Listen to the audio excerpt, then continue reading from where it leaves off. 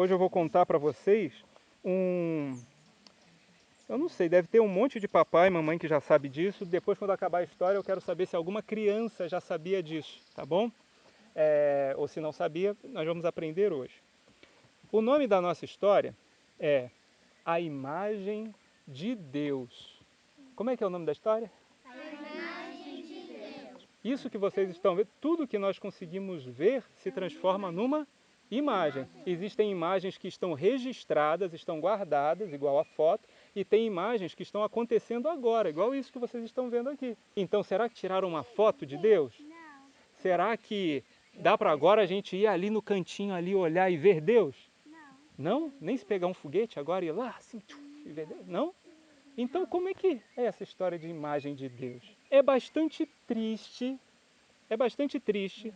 quando Deus não é conhecido aqui, no seu próprio mundo. Esse mundo aqui é de quem? Deus. O mundo é de meu Deus, não é? Então, o mundo é de Deus e tem gente que não conhece Ele. Deus veio até o mundo, mas o mundo não conheceu. O mundo não conheceu Deus. Parece que aqueles que deveriam reverenciá-lo, adorá-lo como Deus, deixaram ele do lado de fora, enquanto ficaram olhando com desconfiança para ele. Conhecer a Deus de verdade é o começo de uma vida normal. Quem não conhece a Deus não tem uma vida normal. Uma das melhores imagens de Deus que eu já vi foi contada para mim numa história muito simples. Era a história de um homem que era um pastor. Um pastor, mas não de ovelha, era o pastor ele era o pastor e a sua esposa. Esse pastor e a sua esposa moravam em uma cidade lá na Inglaterra. Eles tinham um filho, e esse filho tinha mais ou menos 13 anos, tá bom? Quantos anos ele tinha? 13 anos. E uma tarde, de tardinha, que nem hoje, aconteceu uma coisa. O professor desse menino, bateu na porta de casa. Bate aí na cadeirinha para eu ouvir como ele bateu na porta. O papai abriu a porta. Como é que foi o barulho da porta? E a cara do professor não era nada legal. O professor perguntou para o papai, o seu filho está doente? Aí o pai falou assim, não. Por quê? O que aconteceu?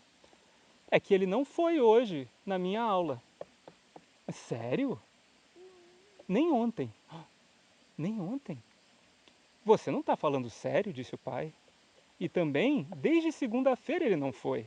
Ah, eu não posso acreditar. Meu filho está com 13 anos e é a primeira vez que ele começa a ir sozinho para a escola e ele não está indo. Sim, eu pensei que ele estivesse doente, disse o professor. Não, ele não está doente. O pai então agradeceu ao professor e o professor foi em? A porta fechou? O professor foi embora. O pai ficou sentado pensando. Pouco a pouco, ele ouviu um barulho lá no portão. O portão abriu e uns passos. Era quem que estava chegando? Filho. O menino soube então, quando abriu a porta, o pai deu um olhar para ele assim. Aí o filho chegou desse jeito assim. Oh, papai, querido. Assim mesmo, foi desse jeitinho. O papai olhou para o filho e falou assim, Phil, como é que era o nome do filho? Phil. Mas só que o pai não estava rindo não, então fica sério. Falou assim, ó, Phil, entre na biblioteca. O pai tinha um lugar para ler, né, que era uma biblioteca. A porta foi fechada e o pai disse, sente na cadeira, Phil. O professor esteve aqui e me disse que você não foi na escola hoje, nem ontem, nem no dia anterior. E eu e sua mãe acreditávamos que você estava onde? Na escola. Você nos deixou pensar que você estava lá. E você faz ideia, meu filho, quão mal nós estamos nos sentindo?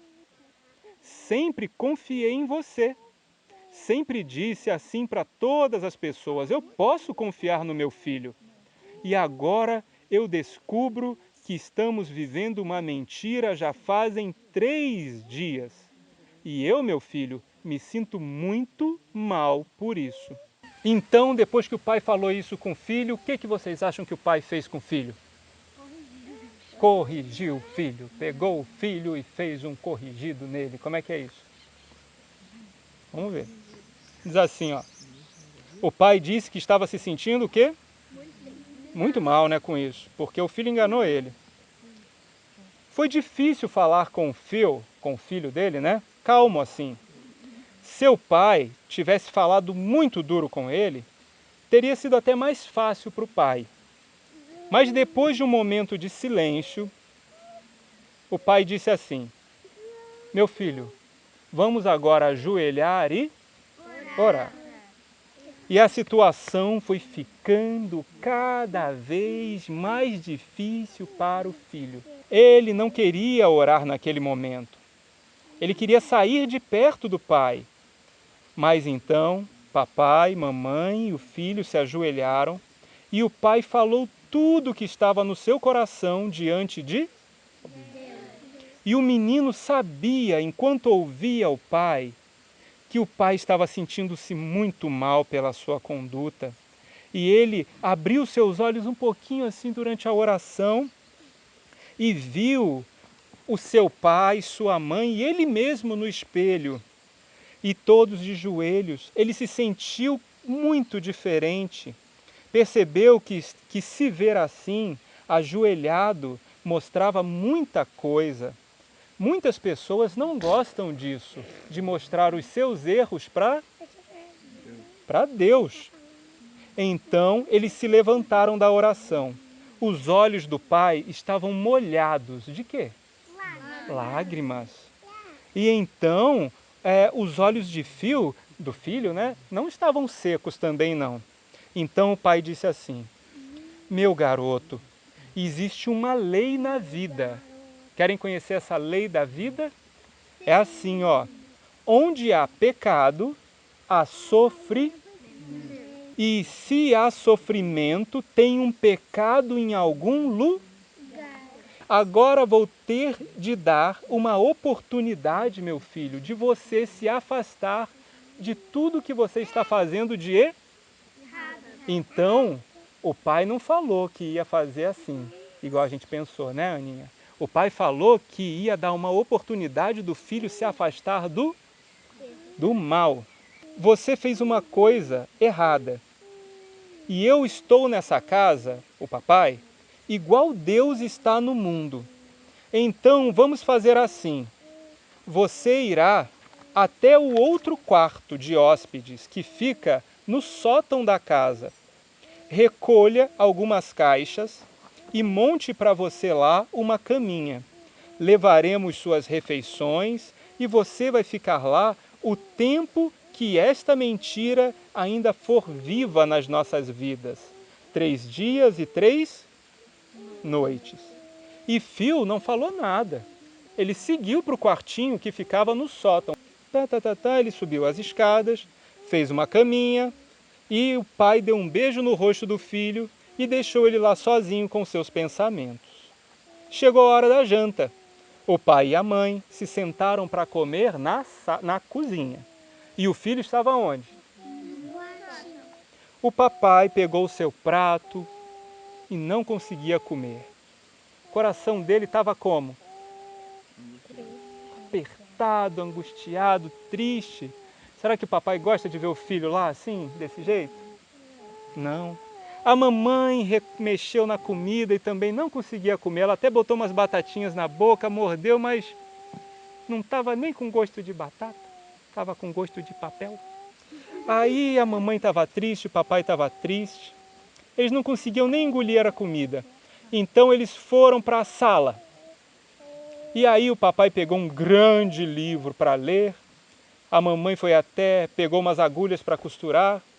O papai, que usava óculos, nem botou os óculos com o livro na mão. Quando percebeu, o livro estava de cabeça para baixo. Ele estava muito triste. A mamãe não conseguia costurar nada.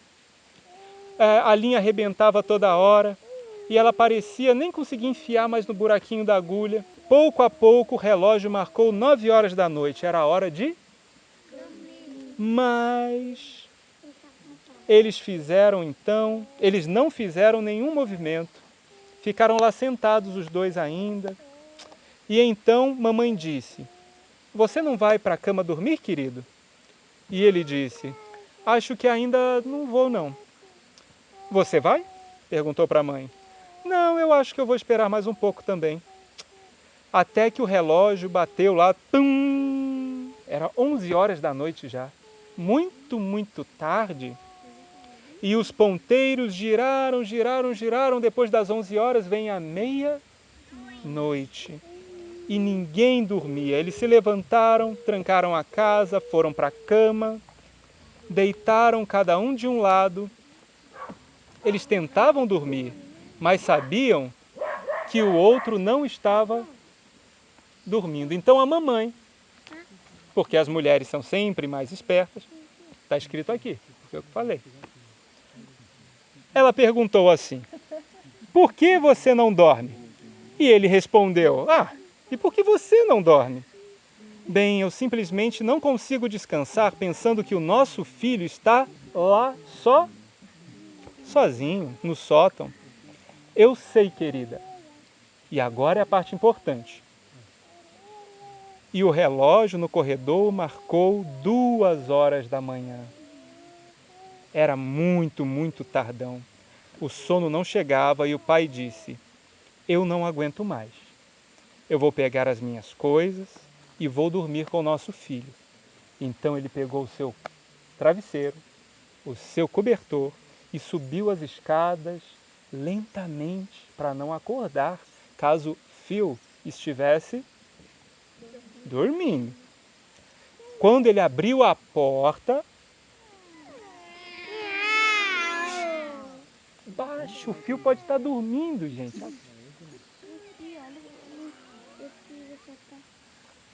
Então, lá estava Phil, bem acordado, com o olhão bem abertão assim. Como é que ele estava? Cheio de lágrimas.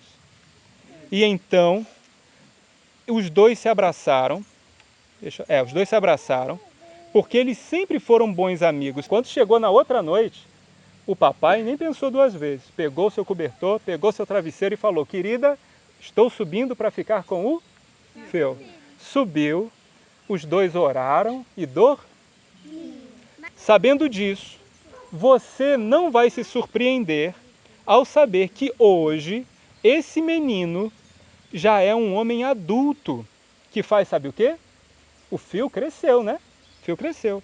E ele foi pregar a palavra de Jesus, sabe onde? Na China. Ele viajou para a China. Sabe, agora eu vou dizer para vocês.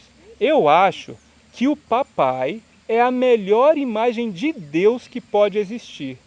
Deus não poderia simplesmente tirar o pecado que está aqui na terra. Ele não podia apenas tirar o sofrimento por ser bom para com o homem, pois o sofrimento é o dedo do pecado dizendo: tem uma coisa errada aqui. Então, Deus desceu na pessoa de seu filho e se deitou aqui, ao lado de cada um de nós, por 3 dias, por 3 noites. E este é Deus, o nosso Deus. E além disso, ele vem e coloca sua vida ao lado da sua, ao lado da minha, e nos faz odiar o mal e desejar ser puro e nos tornar íntimos com ele, viver na atmosfera da sua presença, passar os dias com ele, descobrindo que ele é a verdadeira vida normal. Então, queridos, bem-vindos todos aqui nesse cenário inspirador, em boas circunstâncias ainda, sob a proteção do nosso Deus, na presença também dos anjos, né, entre nós, e a gente espera realmente que o Senhor, Ele fale aos nossos corações e a todos aqueles que haverão ainda de ter a oportunidade de ouvir essas palavras, porque a nossa intenção é instrumentalizar um povo, e que todos nós estejamos preparados para aquele grande dia. Todas as crianças aqui, prestem atenção, vocês sabem que Jesus está esperando alguma coisa acontecer para a gente voltar, sim ou não? Sim. Né? E Jesus volta por quê? Porque um dia ele já esteve nessa terra, certo? Certo. Então, e todas as crianças, assim como os papais, as mamães, todos os adultos, todas as pessoas que seguem ao Senhor devem estar preparados, né? Preparados para quando o Senhor Jesus voltar, todos poderem entrar nos céus pelas portas, né? Então, o Senhor Jesus disse que foi preparar lugar para nós. Eu pediria aos irmãos que abrissem as suas Bíblias no Salmo 127. Então, o Salmo 127 diz assim, que se o Senhor não edificar a casa, em vão trabalham os que a edificam. Se o Senhor não guardar a cidade, em vão vigia a sentinela. Inútil vos será levantar de madrugada, repousar tarde, comer o pão das dores, pois assim dá ele aos seus amados o sono. Eis que os filhos são herança do Senhor e o fruto do ventre o seu galardão. Como flechas na mão do valente, assim são os filhos da mocidade. Bem-aventurado o homem que enche deles a sua aljava. Não serão confundidos quando falarem com os seus inimigos às portas. Então, olha só, o que esse salmo, ele traz algumas mensagens para nós. Ele fala sobre o Senhor edificar a casa, né? Ele fala sobre o trabalho na edificação dessa casa, fala sobre os filhos que vão habitar essa casa, mas ele fala de uma coisa fundamental, é que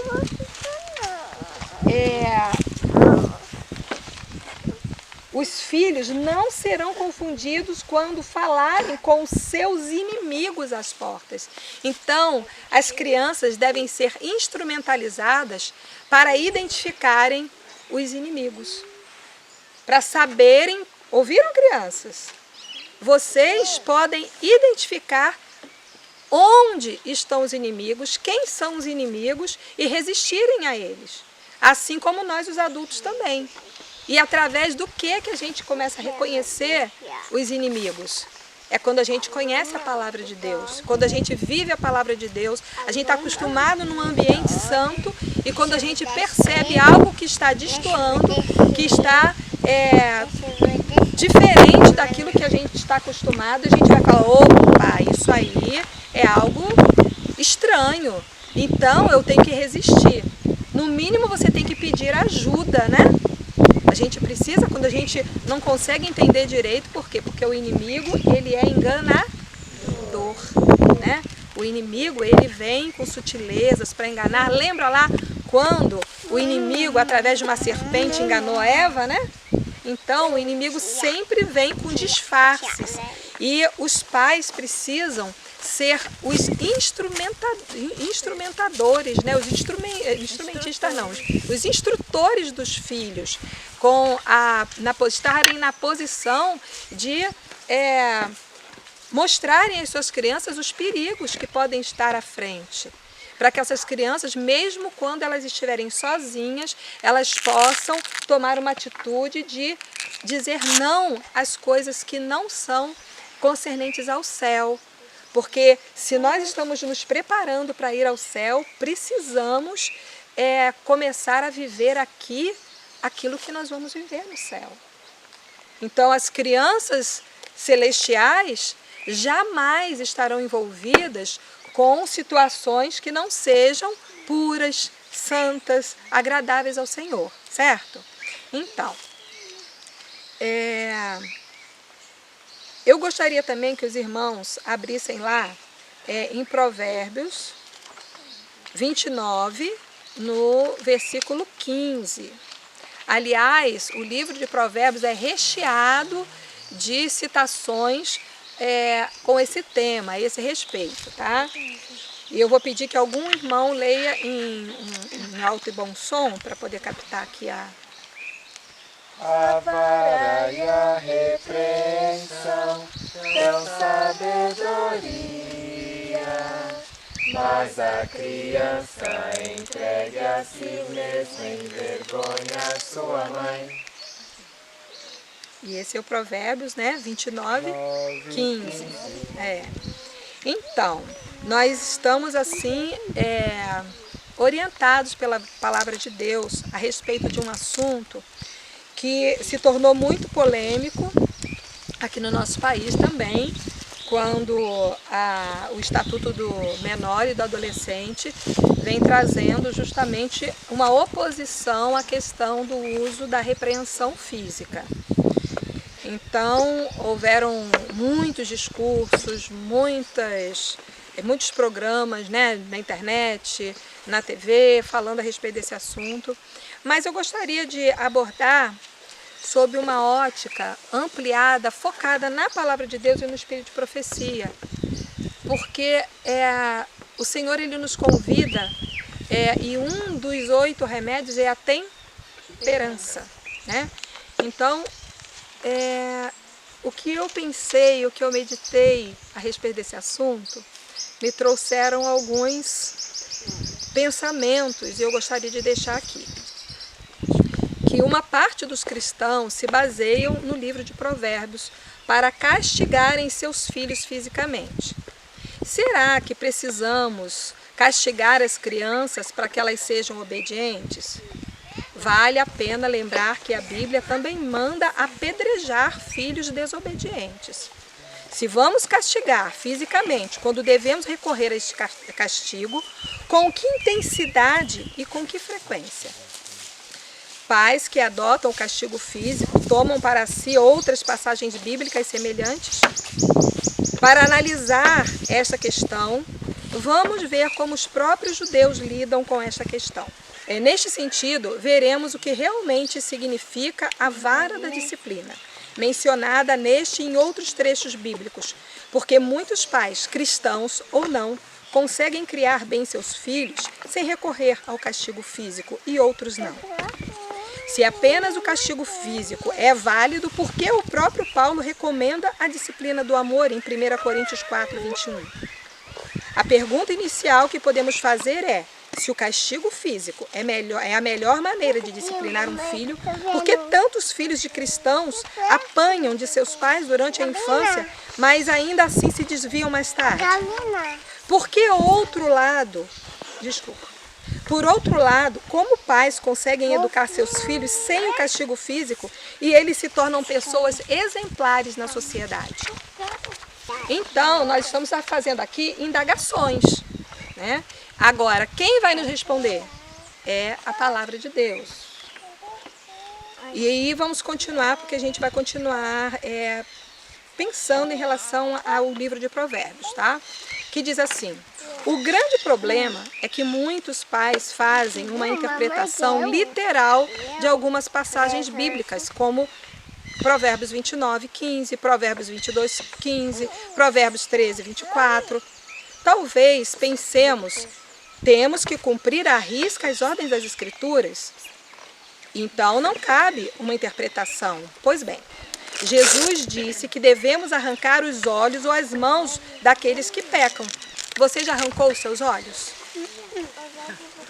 As suas mãos, por ter pecado algum dia? Você já arrancou os olhos do seu companheiro? Não. As mãos do seu companheiro? Não. Então vamos pensar, vamos refletir no que a palavra de Deus nos inspira a esse respeito.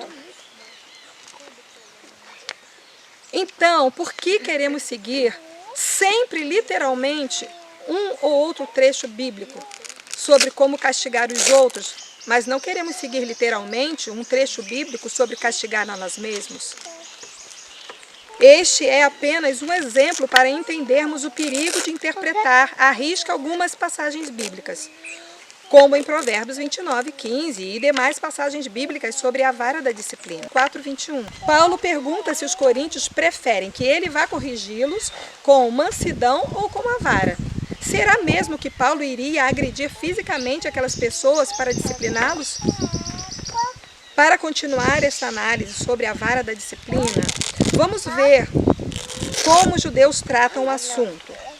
Depois, lembremos que a Bíblia não foi escrita em português, ou inglês, ou em línguas contemporâneas, mas a sua maior parte está em grego, no Novo Testamento, e hebraico no Antigo Testamento, e além de alguns trechos em aramaico. O livro de Provérbios foi escrito em hebraico, e o termo utilizado nessas passagens sobre a vara da disciplina é shebet, que possui diversos significados, assim como a maior parte das palavras hebraicas utilizadas nas Escrituras. Deuteronômio 21, 18 a 21, por exemplo, diz que os filhos desobedientes devem ser apedrejados.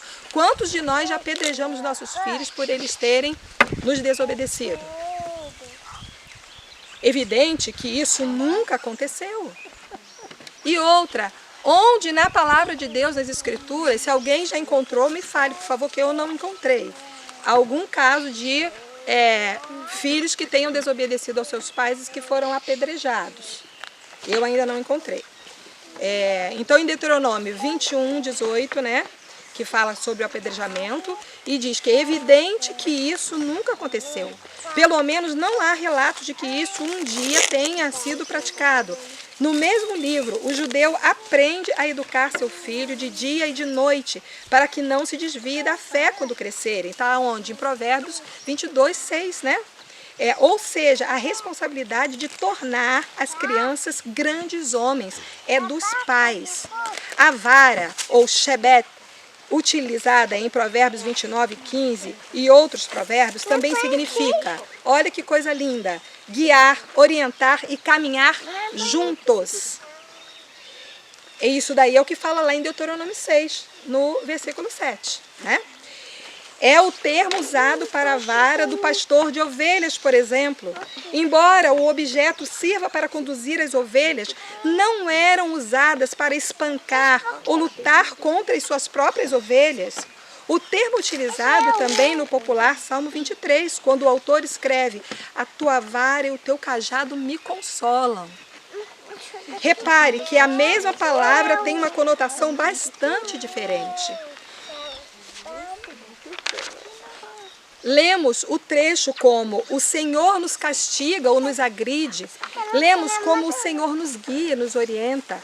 Esta é a mesma conotação que deve ser utilizada ao falarmos de disciplinar os filhos. Então, quando nós falamos de disciplinar os filhos, nós estamos falando de guiar os filhos, de orientar os filhos, de caminhar junto com eles para mostrar o caminho.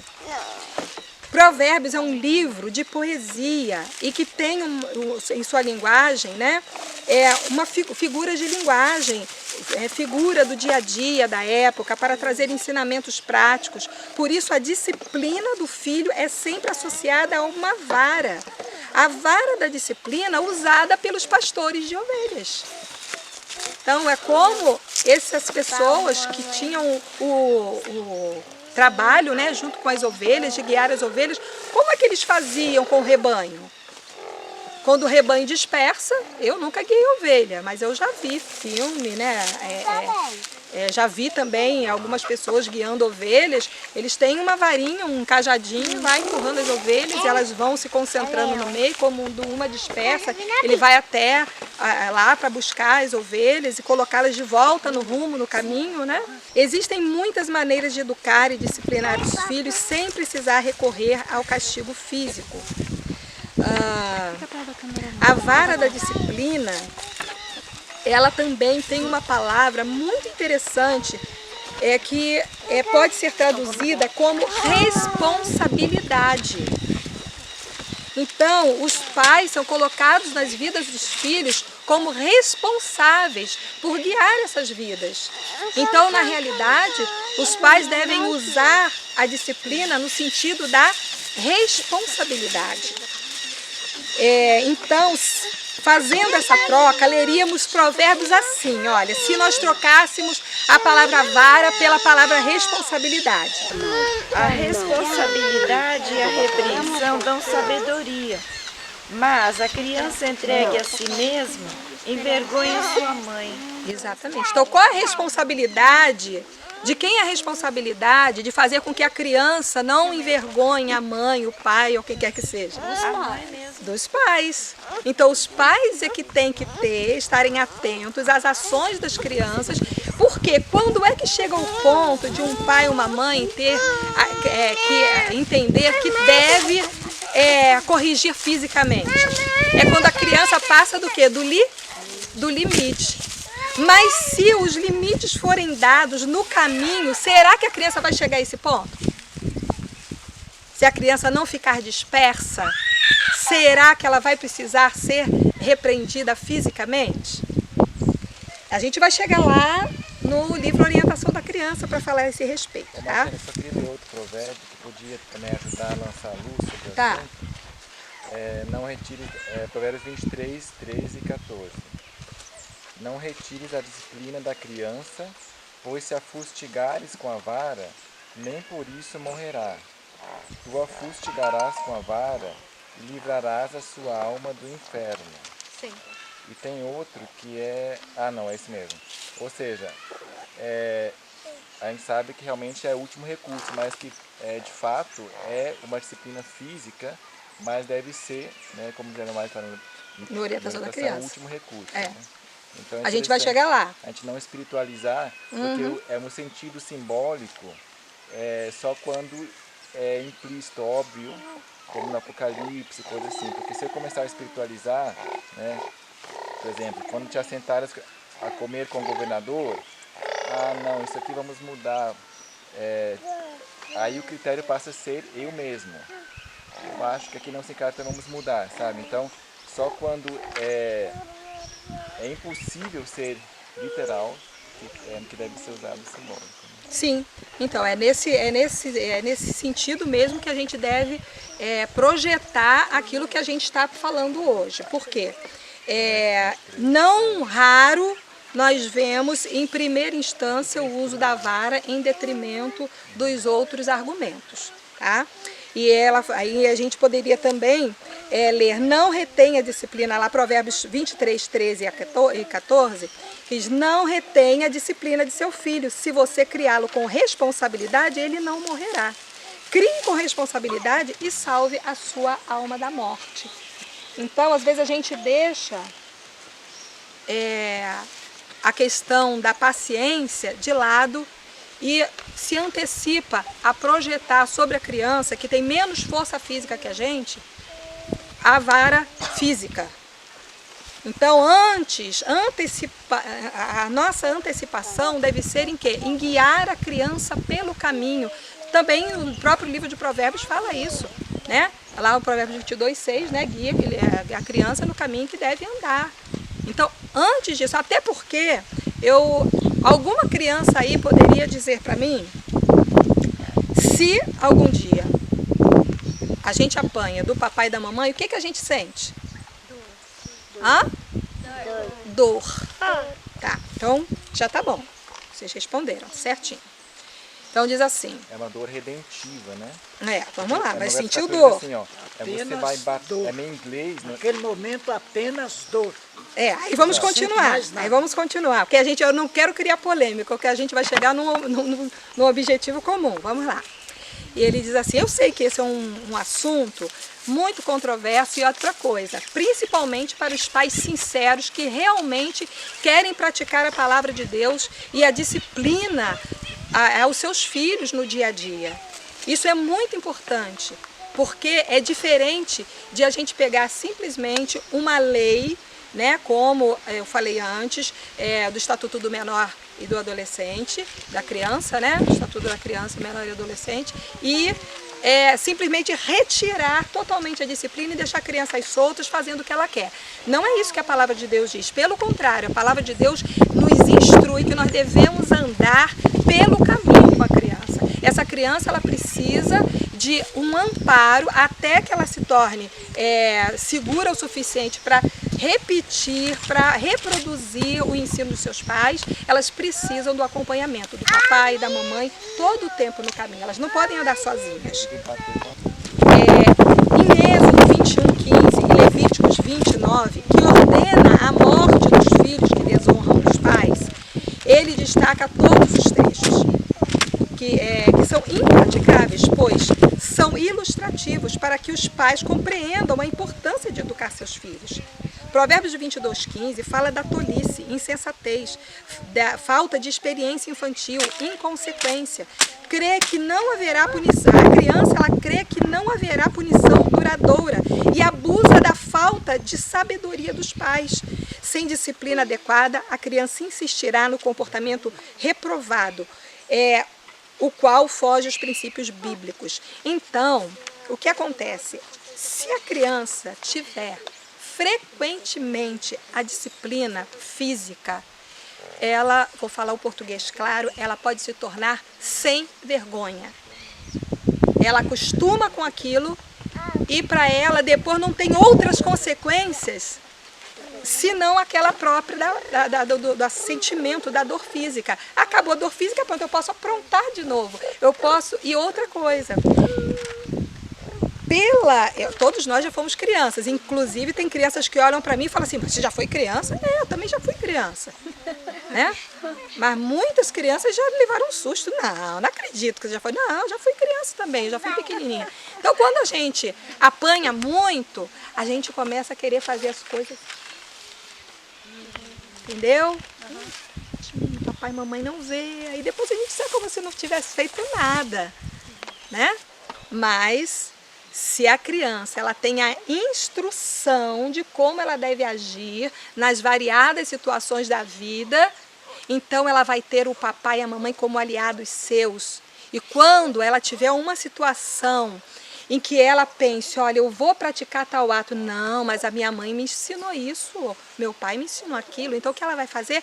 Ela vai recorrer ao auxílio do papai e da mamãe para perguntar e conversar. Se ela tiver liberdade para perguntar, para conversar, ela vai se sentir segura. E é ali que o inimigo das almas, ele vai ser retirado, né? A ação dele vai ser desfeita, porque a criança, ela tem em quem confiar. Ela tem o papai e a mamãe, que são os melhores amigos delas, que são os mais interessados na salvação da alma dela. Então essa criança vai, não, vou perguntar à mamãe, mamãe, eu estava pensando em fazer tal coisa, mas eu posso? Você pode orar comigo? Eu posso orar com você? Eu tenho ouvido de crianças que têm feito isso com os pais. Na hora do aperto, na hora que alguma tentação vem, né? Quando a tentação bate ao meu coração, eu digo, não, não, não. E o Provérbio 19 fala da necessidade do uso da vara, disciplina física, que varia de acordo com as características do ambiente familiar. Olha só. Qual que é o verso? O 19, ele fala do uso da vara da disciplina, né? Aí da disciplina física. Mas aí eu pensei assim, sim, só que o uso da disciplina física varia de acordo com a característica do ambiente familiar. Se esse ambiente ele é calmo e equilibrado, menos necessidade do uso da vara como disciplina física e mais uso da responsabilidade em guiar a criança no caminho que deve andar, como em Provérbios 22:6 e Deuteronômio 6:7. O objetivo da disciplina é contra o pecado.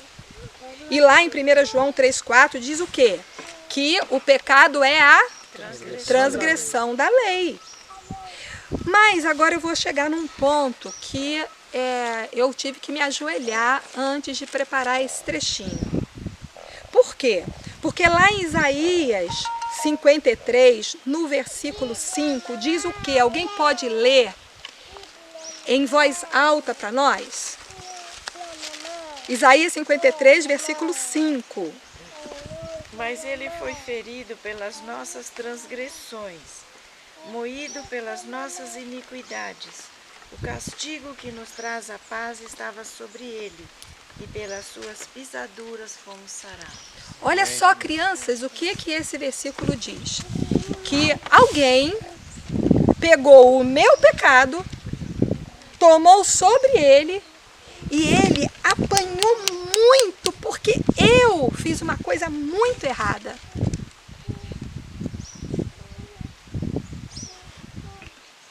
Jesus fez isso por mim, fez isso por você.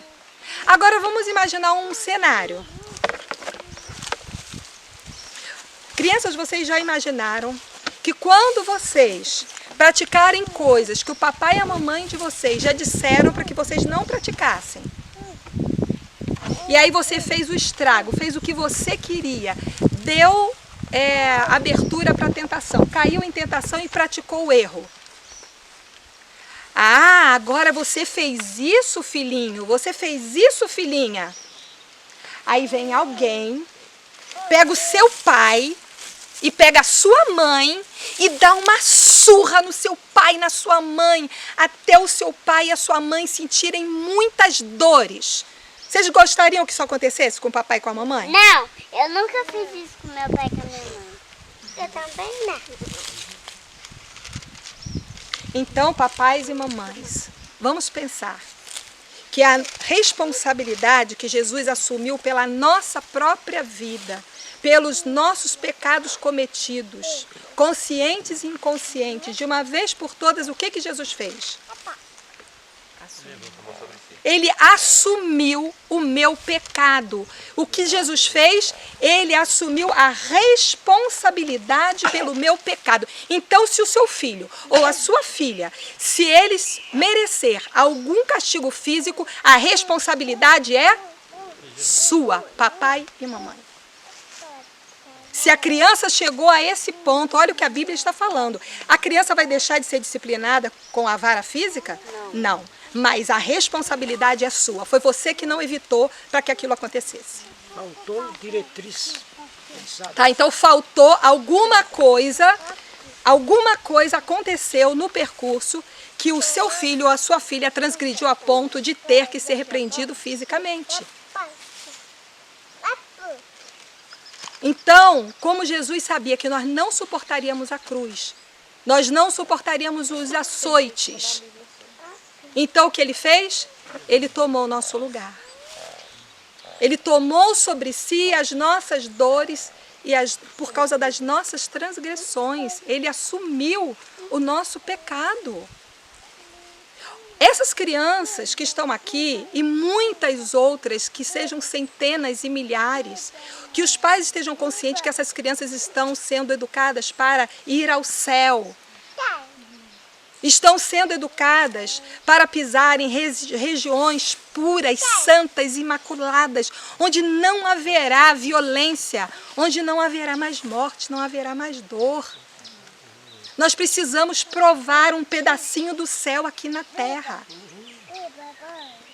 Nós precisamos parar com a violência, nós precisamos parar com as agressividades verbais, nós precisamos parar com as gritarias dentro de casa. Nós precisamos parar de dizer, eu não sei o que eu faço com essa criança. Nós temos instrumentos fáceis para evitar que essas coisas aconteçam. Sabendo que as poucas vezes que eu usei a vara com os meus filhos, eu falei para eles, está doendo mais em mim do que em você. Para dizer a verdade, quantas vezes eu te fiz repreensão física? 2 vezes na vida. A Carol está com 21 anos de idade. Ela sentiu o gostinho e tem um segredinho. Eu falei com ela aos 4 anos de idade. Carol, você tem 2 opções. Ou você obedece, ou você obedece. Agora você vai dizer como você vai obedecer. Ou você obedece com o ouvido, ou você obedece com o bumbum. Como que você vai obedecer, minha filha? Mamãe, eu vou obedecer com os ouvidos. Então, crianças, aprendam a obedecer com os ouvidos. E outra coisa, quando papai e mamãe falam, quantas vezes papai e mamãe tem que falar com vocês? E quanto tempo a gente deve demorar para atender? A criança de Papai do Céu obedece rápido e com alegria. Porque toda obediência traz consigo a proteção de Deus.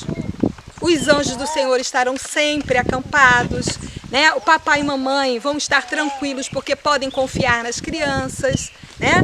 A atmosfera do lar vai ser uma atmosfera santa, uma atmosfera agradável, de cooperação. É ou não é?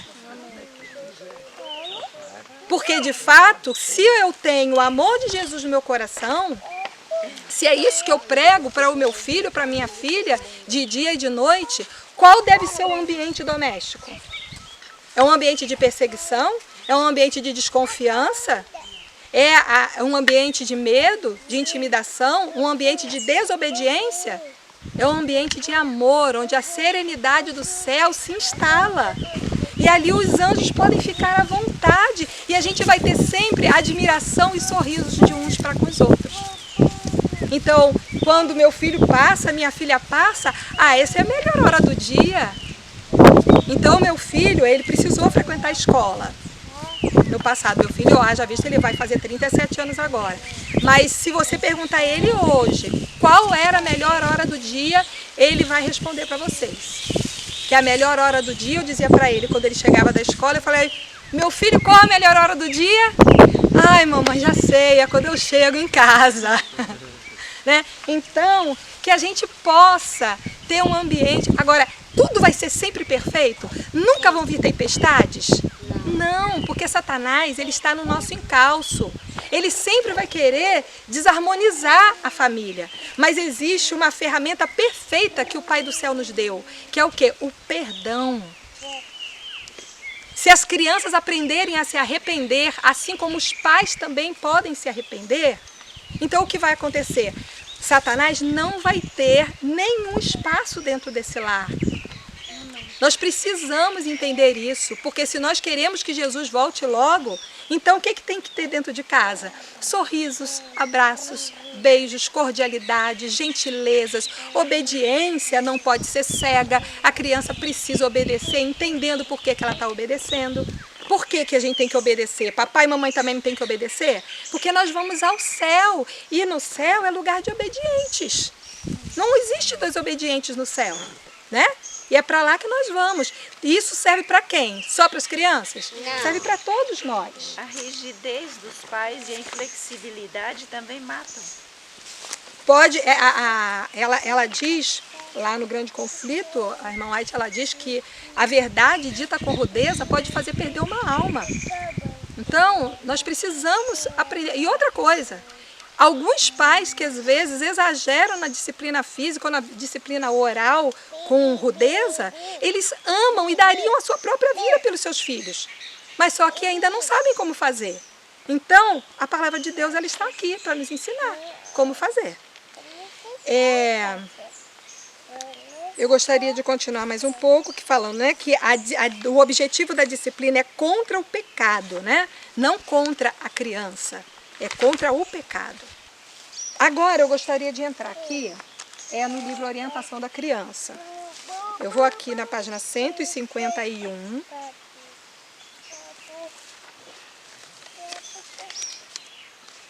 Que vai me dizer assim: que os filhos imitarão os pais. Pais e mães, vocês são professores. Seus filhos são os alunos. O tom de voz, o comportamento e o espírito de vocês são imitados pelos seus pequenos. Quando a gente analisa os comportamentos, a gente percebe que sempre nós reagimos negativamente quando o nosso defeito aparece no outro. Então, geralmente, percebam isso. Quando a gente critica muitas pessoas, a gente tem que prestar atenção nisso para o nosso próprio crescimento espiritual. Quando a gente começa a criticar muito o outro, para um pouquinho e analisa para ver se não é você que faz isso. Às vezes a gente fica irritado com a criança e aquilo é nada mais, nada menos reflexo dos nossos comportamentos. E aí a criança, ela até abusa disso. Porque nós querendo ou não, as crianças, elas são muito inteligentes. E elas captam a situação na atmosfera do lar. Então o que ocorre? As crianças, elas têm uma facilidade muito grande de desenvolver o comportamento da tirania. Por quê? Porque a inclinação para o pecado, né? E se essa criança é desavisada, o que ela faz? Ela começa a tiranizar o pai e a mãe. E aí ela perturba no primeiro horário, no segundo horário, no terceiro horário, até chegar ao extremo. E o pai e a mãe, que são muito obedientes aos filhos e às circunstâncias, eles obedecem. Eles vão até as últimas consequências. Vou ter que praticar a disciplina física com você. Por quê? Porque eu estou me reconhecendo em você e eu mereço uma surra, então eu vou bater em você. Isso é uma análise, tá? Isso é pra gente pensar, para refletir. Para que a disciplina física seja feita com honestidade e com justiça, nós precisamos sair de nós mesmos, reconhecer o que é que essa criança está fazendo contra Deus e contra a sua própria salvação. E dizer para essa criança: o que você está fazendo, está praticando a transgressão da lei e por esse motivo você pode perder a sua salvação. Então, por isso, o papai ou a mamãe vamos ter que te disciplinar fisicamente. E mesmo assim, isso é depois de um diálogo, não é impulsivamente. Por quê? Porque o nosso Deus, ele é amor. Mas não é o amor desse mundo, o amor apaixonado, um amor cego, o amor que se submete por causa dos encantos da criança, não. É um amor de justiça, cheio de justiça. Agora, a justiça que Cristo fez por nós, Ele praticou justiça por nós, mas de forma injusta, porque Jesus nunca pecou, porque Jesus não transgrediu a lei. Então a criança, por si mesma, ela vai poder pagar pelos seus próprios delitos? Nenhum de nós pode pagar pelos nossos próprios delitos. Então, a disciplina física nunca pode ser a resposta da prática de um delito. A resposta da prática de um delito é trazer a criança ao arrependimento e à mudança de comportamento. Através do quê? Da palavra de Deus, da palavra inspirada. Então, essa criança ela vai passar a ter consciência do seu próprio pecado. E aí ela mesma, por si só, ela vai pedir perdão ao Papai do Céu. Porque eu pequei contra o céu e contra ti. Não sou digna de ser chamado seu filho. Mas o que esse pai faz? Ele arruma toda uma situação e se antecipa em perdoar. Então, o perdão é a prerrogativa do cristão. Nós não podemos olhar para os nossos filhos como um carcereiro ou um algoz, olha para um transgressor, para um criminoso, de maneira alguma. Né? Então ele diz... O que encobre as suas transgressões jamais prosperará, mas aquele que as confessa e deixa alcançará a misericórdia. Ou seja, é necessário que a criança se arrependa e fale que fez de errado. Exatamente. Ela tem que se arrepender, mas ela vai ser levada a isso. Ó, você praticou isso e por isso você ofendeu a Deus. Porque você ofendeu a Deus, você pode perder a sua salvação. Então, qual é o objetivo de nós, os pais? É que nossos filhos cheguem ao céu, cheguem à salvação, em perfeitas condições, ou seja, qual a perfeita condição? É serem justificados por Jesus, terem a justiça de Cristo. E diz assim: na família, os pais devem sempre apresentar aos filhos o exemplo que desejam que seja imitado. Então, logo nós podemos entender que algumas práticas de comportamentos infantis são de ordem recíproca, ou seja, ela vê alguma coisa e ela entende daquela forma, ela interpreta daquela forma e o modelo dela mais próximo quem é? O papai, a mamãe, os parentes, as pessoas, os irmãos. Né? Por isso nós também temos responsabilidades uns para com os outros, porque o meu exemplo pode também traduzir para uma criança, né? Pode chegar até para o papai e a mamãe, mas a Machine fez assim, né? Aí o papai e a mamãe, para o papai e a mamãe ficarem sem argumentos. Né? Então, a gente tem que meditar na palavra de Deus e ver os detalhes, aquilo que ela nos apresenta. Aqui no capítulo 43, ela vai falar da disciplina do lar, né? Na página 163. Fala assim: sobre famílias bem ordenadas e disciplinadas.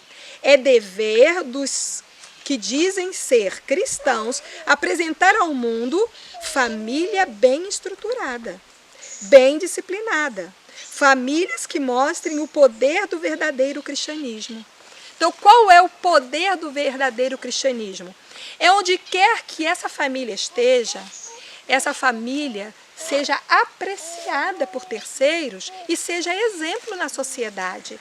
De que alguém olhe para a sua família, para a nossa família e diga assim, uau, eu queria que minha família também fosse assim. Tem um pequeno testemunho que um irmão contou. Ele se converteu, ele é alemão, veio morar aqui no Brasil e ele alugou uma casa, um apartamento, e abaixo ficava uma família negra, adventista. Sendo que ele não sabia que aquela família era adventista. O chefe da família tinha uma oficina mecânica e ele atendia muitas pessoas durante a semana. E ele morava sozinho, esse alemão. E ele dizia que de dia e de noite havia crianças naquela casa, mas ele não ouvia barulho das crianças. E ele lembra que à noite também não tinha barulho. E ele achava aquilo muito estranho, porque tem criança e não tem barulho. E aí quando chegava no sábado pela manhã, quer dizer, sexta à tarde a oficina fechava e sábado pela manhã essa família saía. Bem arrumadinhos, cheirosos, lindos, e as crianças também bem ordenadas, entravam. E aquilo dali ficou na cabeça dele. Um dia ele disse que acordou e viu um caminhão que chegou à porta da casa daquela família, colocou tudo no caminhão, a família foi embora. Ele, eles estão indo embora e eu não perguntei a eles nada sobre a vida. Sobre como, por que a casa deles é tão silenciosa, por que essas crianças são tão bem educadas. E aí ele ficou perturbado e ele saiu perguntando pela vizinhança onde aquela família morava. E aí um outro vizinho indicou e ele foi até aquela família, conversou com aquela família, entendeu que aquela era uma família exemplar e pediu estudo bíblico e ele, por fim, decidiu pela fé adventista. Então, olha que efeito faz uma família bem ordenada. Aí, não é fácil ensinar e educar filhos sabiamente. Ao procurarem os pais conservar diante deles o juízo e o temor do Senhor, surgirão dificuldades. Os filhos mostrarão a perversidade que está no coração deles. Demonstram amor à insensatez e à independência, e ódio à restrição e à disciplina. Praticam um engano e proferem falsidades. Muitos pais, em vez de punirem os filhos por essas faltas, fazem-se cegos para não verem sob a superfície ou discernirem o verdadeiro significado dessas coisas. Continuam, portanto, os filhos com suas práticas enganosas, formando o caráter que Deus não pode aprovar. E ali mais adiante ela vai falar que muitos pais têm uma forte aversão aos princípios santos da palavra de Deus, porque esses princípios colocam sobre eles responsabilidades demais. Mas a visão posterior que todos os pais são obrigados a ter revela que os caminhos de Deus são os melhores e que o único caminho da segurança e felicidade está na obediência à sua vontade. Então, visto que a palavra de Deus, ela nos dá suporte, nós precisamos investigá-la, nós precisamos cavar fundo esses tesouros. Melhor seria, e quantos fazem isso, de investigar a santa palavra de Deus antes que esses filhos venham ao mundo. E já que eles estão no mundo, então que tal aqueles que ainda não iniciaram possam começar a partir de agora? É uma bênção muito grande ter filhos. Filhos, olha, se tem algo mais importante na minha vida do que ter filhos, é ter filhos. Porque eu vivi intensamente a maternidade e entendi que eu deveria também dividir com os meus irmãos. A minha maternidade foi perfeita? Quisera que eu tivesse isso que vocês têm desde o princípio, tá? Mas eu tive o lar adventista e tive o grande conflito para me acompanhar enquanto eu não conhecia a fé adventista. Mas, para a glória de Deus, vocês conhecem, vocês têm filhos pequenos, têm filhos crianças, jovens ainda. Tem tempo para vocês vencerem o mal, para vencerem esse mundo. E unidos, todos chegarem ao céu, né? O céu tem que começar aqui na terra. Diz assim, ó, convidar o Senhor a entrar e governar. Capítulo 44, página 171. Exijam obediência em sua família, mas ao fazer isso, busquem ao Senhor com os filhos de vocês e lhe peçam que entre e governem. Então, a gente tem que pedir a Deus que governe a nossa casa. Por favor, meu Deus, não deixe que eu assuma o governo da minha casa, mas que o Senhor mesmo faça isso em mim, que o Senhor faça isso na minha vida, na vida do meu esposo, na vida dos meus filhos, para que a gente possa não só ter uma família feliz, uma família bem ordenada, mas sermos testemunhas para aqueles até descrentes. As crianças estão naquele ambiente doméstico que não tem sossego, que não tem paz, que não tem alegria. Instruir pacientemente as crianças. O Senhor quer que desde a infância o coração de seus filhos seja entregue ao seu serviço. Então, desde crianças, eles podem aprender a abnegação, o serviço do Senhor. O início é dentro do lar. Mamãe, deixa que eu faço isso. Papai, deixa eu te ajudar, deixa eu participar junto. Mas quando ela vir uma criança com necessidade, ela também já vai sentir aquele intuito de ajudar, de abrir mão daquilo que é seu e poder enriquecer a vida de alguém, poder iluminar. Crianças também foram chamadas para ser o sal da terra e a luz do mundo. Pode sim uma criança crer para andar na luz. Pode uma criança crer para proclamar o caráter de Cristo através da sua própria vida. Nós precisamos crer nisso. Nós precisamos exercitar fé. Aí continua aqui, instrua-os pacientemente. Às vezes terão de ser punidos, mas nunca faça isso de tal maneira que eles sintam que estão sendo punidos com ira. Com tal atitude, vocês farão um mal ainda maior.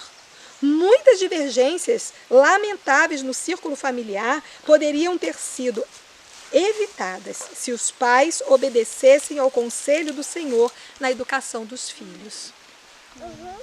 Agora, tem uma parte muito linda que eu quero deixar. Deixe passar aquela irritação, né? Isso. E se ajoelhe com a criança. Ore. Que ela fala o que ela fez de errado e por que ela entende por que está recebendo essa disciplina. Com certeza. E seja aplicado com o espírito correto e manso. Exatamente. Essa semana eu recebi, esse pedido foi que me inspirou a trabalhar esse contexto aqui. Porque a criança está com 1 aninho e 1 mês, ou 1 aninho e 2 meses, uma coisa assim, ele já estava me perguntando a respeito como que ele deve aplicar a vara no menino. Aí aquilo dali foi um pouco, né? É difícil você pegar um homem, né, talvez, de 1,80 m, com 70, 80 quilos, pegar aí, né? Vontade de bater. Então, não, mas talvez a sinceridade no coração dele, que diz aqui o seguinte, que os pais, a irmã White fala aqui, eu já não sei se eu vou encontrar essa citação, mas está aqui anotado, que os pais que batem muito nos filhos, eles também foram pais que receberam também muita disciplina física. Então eles só conhecem essa linguagem, né? É que tem uma tendência moderna de erradicar totalmente. Exatamente. Eu não penso, espero que você não esteja defendendo isso, né? Mas, não, eu não tem uma participei do disciplina Estatuto da física, Criança e do Adolescente. que é um tapinha na mão, por exemplo. É uma dorzinha suave, mas que ela entende. É como se fosse, por exemplo, quando o boi, muitos criadores de gado aqui, eles fazem o quê? Colocam um choquezinho fino na cerca. É para matar o boi? Não. O boi encosta ali, pronto, já foi. Já sai, ele sai normalmente. Ele não vai cair, não vai entrar em convulsão porque ele levou aquele choque. Né? Exatamente. Às vezes a gente pensa que precisa te arrancar um choro da criança, um escândalo, para que a criança se ressinta daquilo que ela fez. Não é por aí. ele fala assim, ó, não corrigir com ira, né? Vocês devem corrigir os seus filhos com amor. Não permitam que eles façam a própria vontade até que vocês se irritem. E então castiguem-nos. Tal correção só favorecerá o mal em vez de remediar. Então, a criança, se o pai praticar uma repreensão irritadiço, a mãe, o pai, aquilo só vai piorar a situação. Ela vai ser reincidente naquela ação e pode ter um fim terrível ainda, porque essa criança ela vai se afastar, ela não vai reconhecer o amor de Deus nesse tipo de disciplina. E aí continua dizendo em algum trecho que Satanás se apodera. Vai falar agora, vou falar, eu acho que é isso aqui, ó. Deixa eu ver se é esse aqui. Ficar irado com a criança que erra é aumentar o mal. E isso desperta as piores tendências da criança e a leva a pensar que vocês não se importam com ela. Né? Aí depois, mais adiante, ele vai falar, mas eu não encontrei essa citação, mas ela fala assim, que Satanás ele se apropria dessa atitude do pai e aí é que ele vai ter liberdade para tentar essa criança, para que seja provocado, né, outras varas, né, outras disciplinas inadequadas. Suplico a vocês, não corrijam seus filhos com ira. Mais do que nunca, este é o tempo em que vocês devem agir com humildade, paciência e oração. É tempo de se ajoelhar com as crianças e pedir perdão ao Senhor. Procurem ganhá-las para Cristo, manifestando bondade e amor, e vocês verão que um poder mais elevado do que o da terra está cooperando com os esforços de vocês. Quando vocês forem obrigados a corrigir um filho, não aumentem o tom de voz, não percam o domínio próprio. O pai que ao corrigir o filho dá vazão à raiva está mais em falta do que a própria criança. Então tudo é feito com mansidão, de forma mais silenciosa, mais tranquila possível, porque a criança precisa provar a atmosfera do céu. Olha o que ela diz, ação jamais ajuda. Palavras ásperas e iradas não são de origem celestial. Gritar e se irritar nunca resolvem. Em vez disso, despertam os piores sentimentos do coração humano. Quando os filhos de vocês cometem um erro e ficam cheios de rebeldia, e vocês são tentados a falar e agir de forma áspera, esperem antes de corrigi-los. Deem a eles uma oportunidade para pensar e deixem que o temperamento de vocês também se acalme. Ao tratarem seus filhos de forma bondosa e carinhosa, tanto eles quanto vocês receberão as bênçãos do Senhor. E vocês acham que no dia do juízo de Deus, alguém se arrependerá de ter sido paciente e bondoso com seus filhos? Eu respondi aqui, não, nunca nos arrependeremos de termos sido bondosos e pacientes com os nossos filhos. Mas se nós permanecermos na falta da impaciência, da irritabilidade, naquele dia não haverá nada que possa fazer com que nós nos arrependamos, porque vai ser tarde demais. Né? Então temos que nos arrepender quando? Hoje. Então, eu ia pedir para os irmãos para a gente abrir lá em Malaquias. Lá em Malaquias, no capítulo 4, diz assim: porque eis que aquele dia vem ardendo como fogo. Todos os soberbos e todos os que cometem impiedade serão como palha.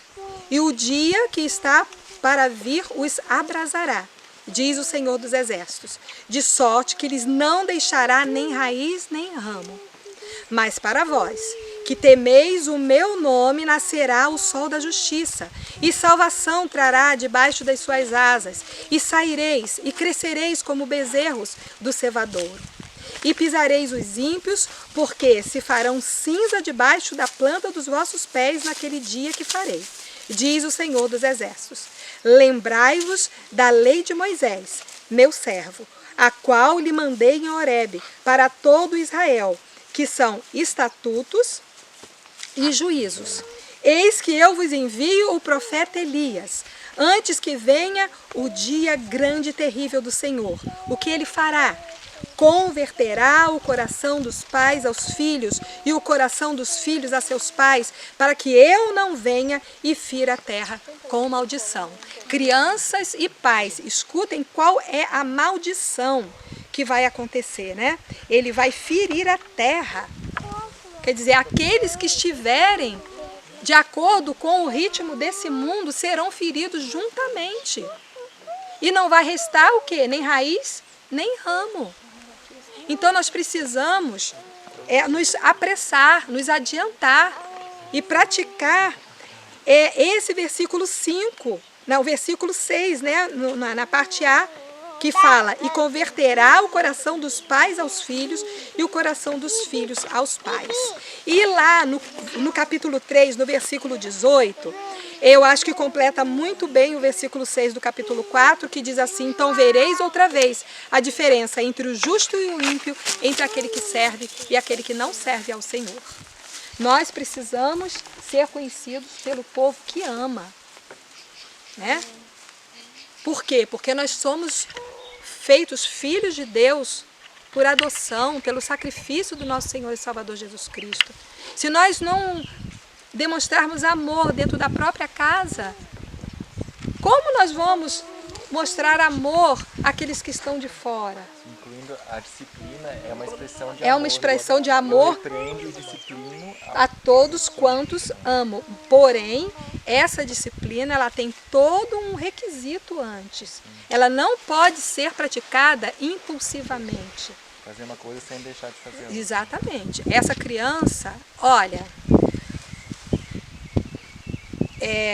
um dia o meu filho, ele tinha 9 anos de idade. Nós nos organizamos, eu tinha visita em casa e nós íamos sair para ir até a cidade. E eu me arrumei, deixei ele arrumadinho, me arrumei, saí, meu marido já estava às portas, a visita já estava no carro e eu me apressei, fechei a casa, saí, entrei no carro. Vamos embora, Matias. Cadê o Ariel? Eu falei, não tá aqui? Aí eu fechei a casa com ele lá dentro, então. Voltei, abri a casa, cheguei, entrei, aí eu falei, filho, vamos embora, papai já tá no carro, mamãe entregou a casa.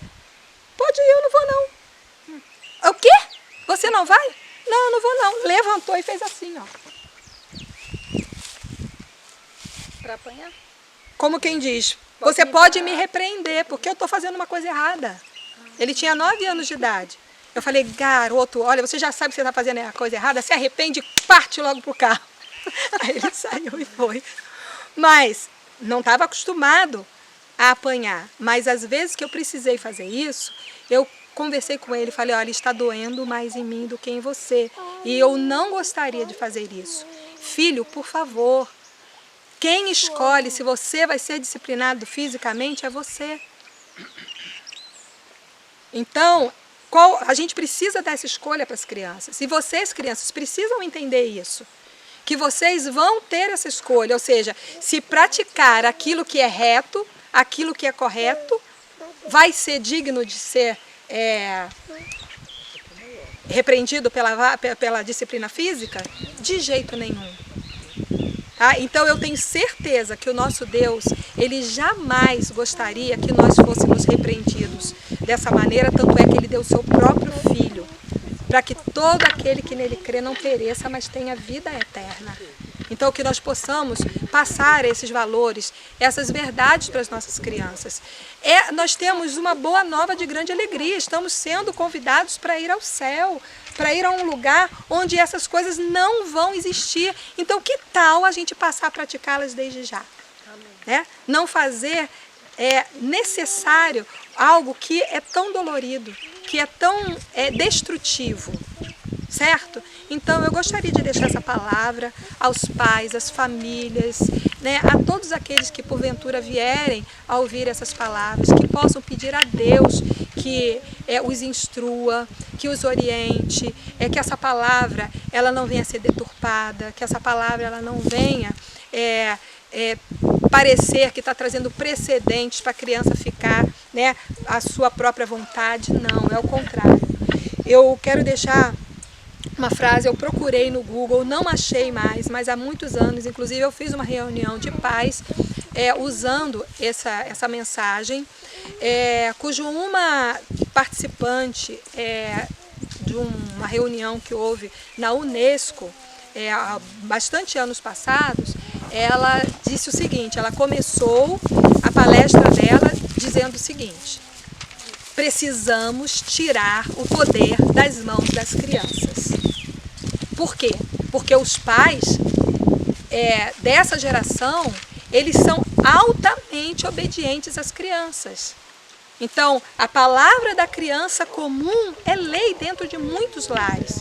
E aqueles que têm recebido a palavra da verdade hoje precisam saber que isso é um pecado.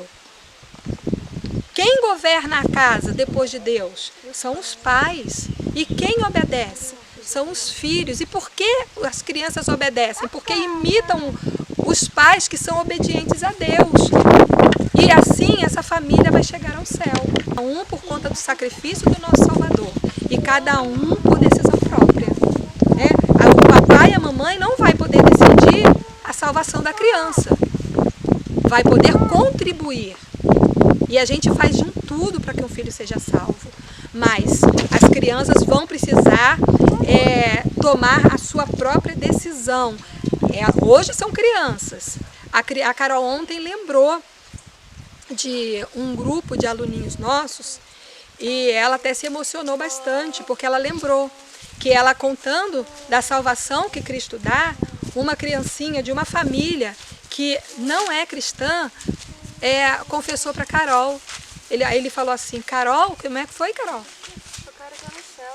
Carol, eu quero estar no céu, porque se Jesus é esse que você está contando aí, eu quero estar no céu. Essa criança tinha quantos anos? 3 ou 4 anos, né?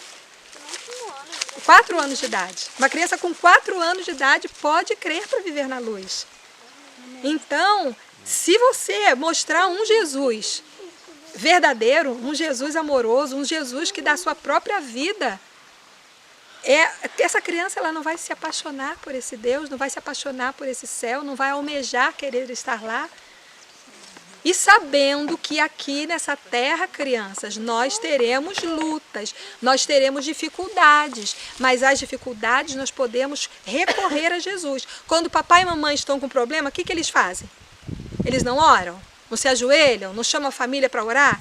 E quando você estiver com problema também, você não pode sozinho ir lá no cantinho do seu quarto e também orar ao Papai do Céu e pedir que Ele te ajude em todas as suas dificuldades? E Ele fará aquilo que Ele disse que faria. Então, louvado seja o nome do nosso Senhor, que nós possamos orar agora, agradecer a Deus por essa mensagem, tá?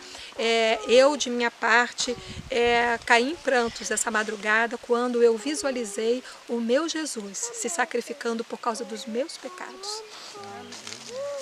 Tá? Então, que nós possamos também cair de joelhos em contrição.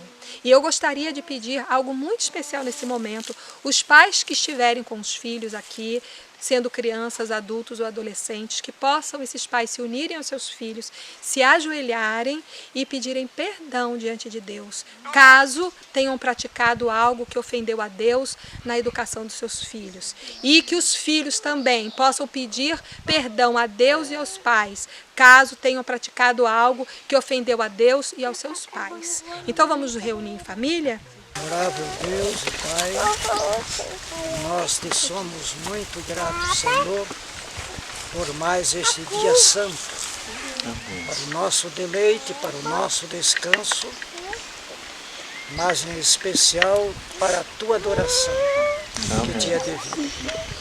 Te agradecemos por estes momentos, Senhor, pela instrução e direção que tu tens para nós quanto à família. Te agradecemos, Senhor, pela família que nos deste, pelos ensinamentos que nos transmitiste e que agora, Senhor, podemos ver os resultados positivos. E se alguém tem dificuldades em dirigir a sua família, peça sabedoria a Deus e Ele a dá. Dá-nos a tua bênção a tua direção para o resto deste dia. Guia-nos, dá-nos a tua paz. Nós te rogamos por Jesus, nosso Senhor e Salvador pessoal. Amém.